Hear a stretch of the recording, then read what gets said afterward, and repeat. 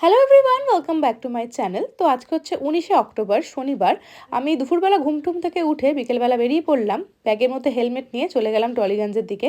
প্রথমে টলিগঞ্জে গেলাম অটো করে, আর ওখানে গিয়ে আমি একটা ফুল কিনলাম। আমি ফুল কিনতে না ভীষণ ভালোবাসি। তারপর চলে গেলাম স্প্ল্যানেডে, ওখানে দীপাঞ্জন চলে এলো অফিস থেকে।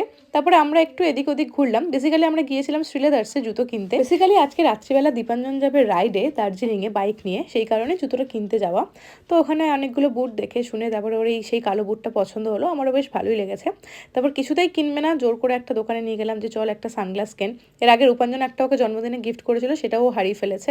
তারপর ওখানে গিয়ে হঠাৎ করে উজ্জ্বলের সঙ্গেও দেখা হয়ে গেল।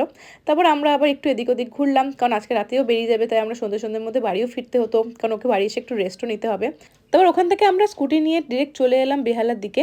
এখানে এসে চৌরাস্তা দিয়ে আমি আমার ফেভারিট দোকান থেকে খেলাম ফুচকা। প্রথমে খেলাম নর্মাল ফুচকা, তারপরে খেলাম দই ফুচকা, তারপর খেয়ে চলে এলাম বাড়ি।